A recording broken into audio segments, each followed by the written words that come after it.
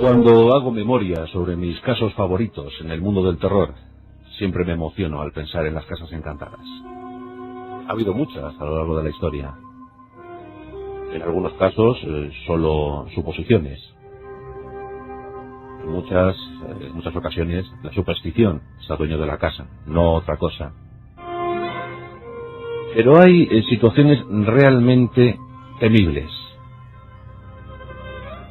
Y cuando pienso en esas situaciones, sin duda alguna, me tengo que acordar de aquella casa en el 112 de Ocean Avenue.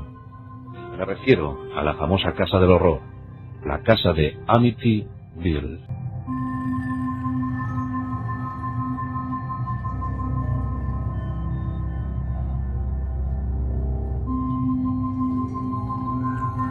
Ronald Lefredo era un tipo tranquilo, amable, simpático.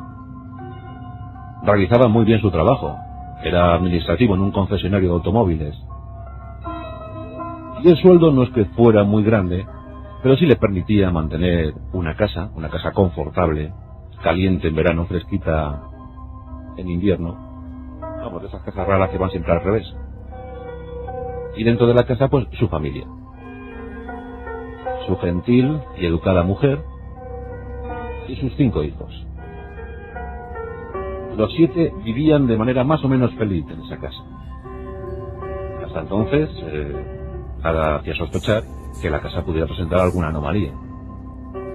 Estamos en el Ecuador de la década de los 70, una década muy interesante para la parapsicología, para la ufología y sobre todo para el cine.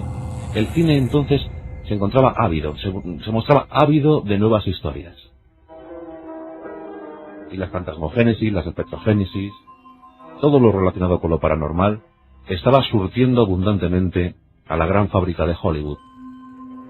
Bien, pues esta casa en el 112 de Ocean Avenue iba a dar mucho que hablar. Nos encontramos en el otoño de 1974, en Amityville, una localidad norteamericana, pacífica, y muy en eso que se llama el tipo de vida medio americano.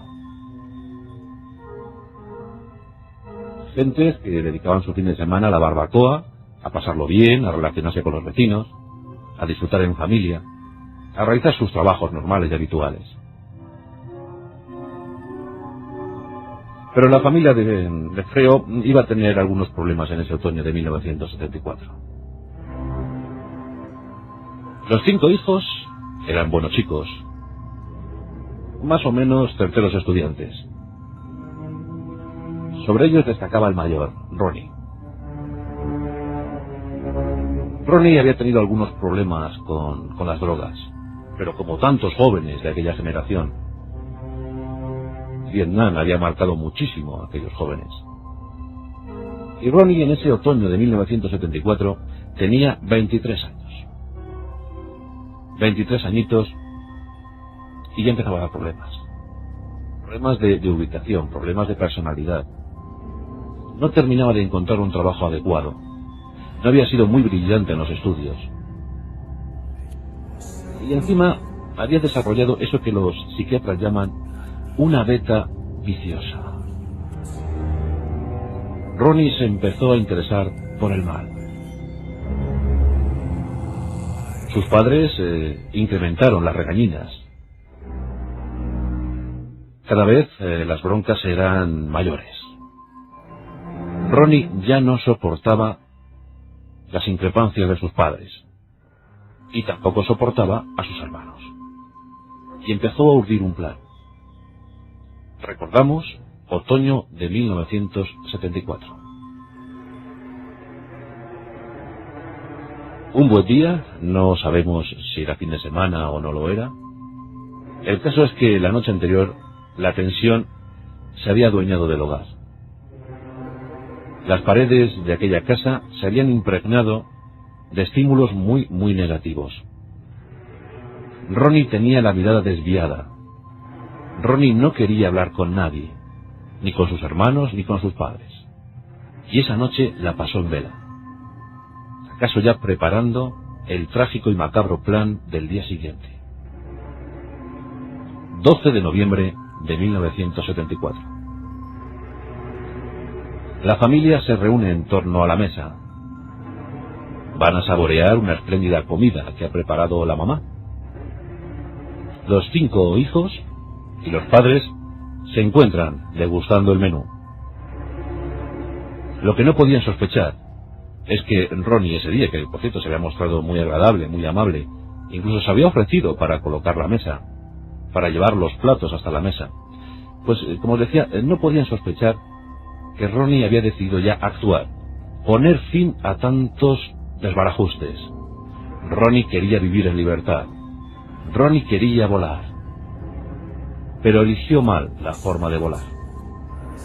Nadie sabe cómo se pudo hacer con tanta cantidad de barbitúricos, pero se hizo con ella. Sin que nadie se percatara, esparció el contenido de las pastillas en los diferentes platos. Y la familia empezó a comer. Pues, es la típica comida norteamericana, donde hay muchos platos repartidos por la mesa, se los van pasando unos a otros, se ríen, comentan las incidencias de la jornada. Ya os digo, no podían sospechar que Ronnie había obrado de esa manera. Lentamente el sopor se fue adueñando de padres y hermanos de Ronnie. Y cuando estaban todos casi ya aletargados, Ronnie se levantó, subió a su habitación y bajó de ella con un Marlin del 35, un fusil. ¿Cómo tenía Ronnie ese fusil? Pues lo tenía. Seguramente lo había comprado en el mercado negro de armas. Con el Marlin lo empuñó decididamente y empezó a matar a su familia, uno a uno, un tiro en la nuca. Comenzó por su padre, después su madre, y luego sus 4 hermanos. Acabó con los 6 miembros de su familia.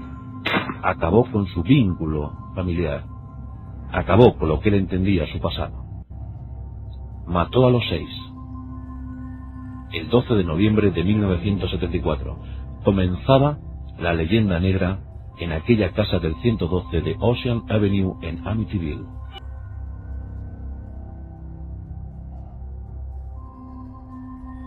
No hubo excusas, no hubo tretas posibles. Intentó justificar, intentó decir que él no había sido, pero todo lo que había preparado se vino abajo en 2 segundos. La policía le prendió, la policía le detuvo y le llevó a la cárcel. Mucho se comentó en Amityville, hasta entonces había sido una localidad muy tranquila, y aquel juicio se prolongó mucho. Fue el juicio más largo que había visto aquel condado. Durante 1 año las sesiones se sucedieron. Intervinieron psiquiatras, psicólogos, detectives, especialistas. No había lugar a la duda. Ronnie era el culpable y en consecuencia fue condenado. Diciembre de 1975. Ronnie iba a la cárcel. Le esperaba un oscuro futuro. Y mientras tanto la casa quedó allí, sola, llena de frío. Aquellas navidades las pasaría sola, sin nadie. No habría familia. La casa es como si lo intuyera, como si lo adivinara. La casa vivía en soledad, esperando a los nuevos moradores. ¿Qué sorpresas les iba a deparar? 2 semanas después de la sentencia a Ronnie, la casa fue comprada. Y fue comprada a precio de ganga, claro. Nadie quería vivir en esa casa que ya todos entendían era una casa encantada. La desgracia se había cebado en Amityville. La familia Lutz se fijó en esa casa.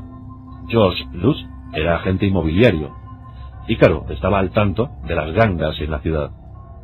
Por muy poco dinero se hizo con una casa grande, hermosa y que iba a acoger muy bien a su familia, su mujer, sus 3 hijos y un perro muy curioso. A las 2 semanas llegaron a su casa, su espléndida y nueva casa. Comenzaba una nueva vida para los Lutz, pero lo que ellos no podían suponer es que la nueva vida iba a ser tan horrible. Dicen que al poco de llegar a la casa, la primera noche que pasaron en ella, ya escucharon cosas extrañas. Cosas muy extrañas. George, conocedor de la historia, porque seguro que era conocedor de la historia, aunque luego se ha contado mucho, hizo venir a un amigo suyo, a un sacerdote. Su nombre era Frank Mancuso. Frank quiso bendecir la casa, pero un hecho terrible provocó la huida del sacerdote y de un amigo que le acompañaba. Cuando el padre Mancuso se disponía a bendecir la casa, una voz horrible, surgida desde lo más alto de la vivienda, dijo: ¡lárgate de aquí! El sacerdote no se detuvo en bendiciones y huyó desfavorido. Cuentan que cuando entró en el coche estaba tan nervioso que empezó a dar bandazos con el coche, como si el mal le persiguiera. Después de algún percance, logró llegar a su vivienda, a su casa, e intentó a duras penas olvidarse de aquello. Dicen los biógrafos que quedó desde entonces seriamente afectado, con muchos problemas de fe. En cuanto al amigo que le acompañaba, también tuvo muchos percances, uno de ellos automovilístico que estuvo a punto de costarle la vida. «Lárgate de aquí», le dijo la voz. El hecho impresionó mucho a George, al nuevo dueño, y empezó a obsesionarse con la casa. Empezó a pensar que a lo mejor sí tenían razón los vecinos y que a lo mejor había un cierto encantamiento, había algo de encantamiento en esa casa. Empezó a recelar de los propios grifos. No quería abrir los grifos. Tenía miedo a ducharse, no se lavaba, no quería lavarse. Pensaba que algo maligno iba a salir de esos grifos. Por si fuera poco, empezó a tener alucinaciones. ¿Alucinaciones o realidades? Cuenta la historia que una especie de lodo viscoso y verde surgía de las paredes, brotaba de ellas. Además, George empezó a ver un espectro, pero un espectro muy curioso, un espectro de animal, un cerdo fantasmagórico que se paseaba por el jardín, entraba por la casa. Su hija llegó a ver ese cerdo fantasmagórico, incluso quiso adoptarlo como mascota. George también desconfiaba de su mujer. Afirmaba que su mujer le evitaba y que estaba perdiendo la dentadura y además se estaba convirtiendo en una bruja, que tenía aspecto de bruja.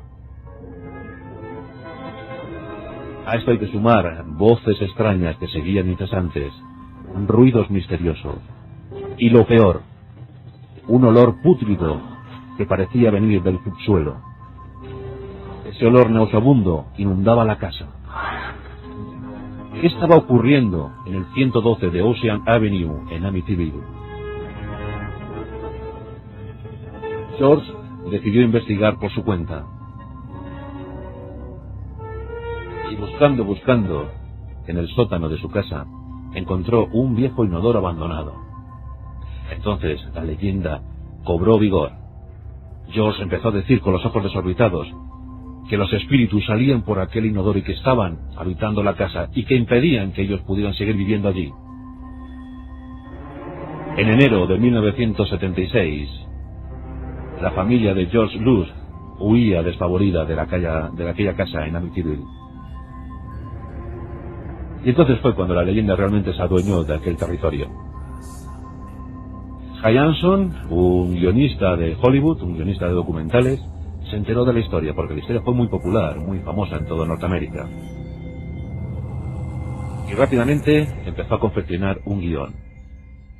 Buscó precedentes tremendos y sanguinarios en aquella casa. La historia de Ronnie, los sucesos en la familia Lutz. En fin, había muchas cosas, había que investigar. Y en su desesperación por encontrar datos, llegó a imaginar, casi de forma fraudulenta, que en los territorios donde estaba ahora la casa, antaño había un hospital que recogía indios dementes, locos, indios moribundos, que allí morían y que allí eran enterrados. La fábula se adueñó de la historia. Se empezó a decir que un viejo cementerio indio se estaba cobrando venganza en aquella casa de Amityville. La historia real nos dice que allí jamás hubo ni un cementerio ni un hospital, pero la creencia popular así lo afirmó. Una leyenda se convirtió en realidad porque los vecinos de Amityville hicieron circular esta historia. Amityville fue llevada al cine, aquella casa fue llevada al cine con numerosísimas entregas, pero la historia real es esta que os hemos contado hoy en nuestros pasajes de la historia del terror. Aquella casa en Amityville.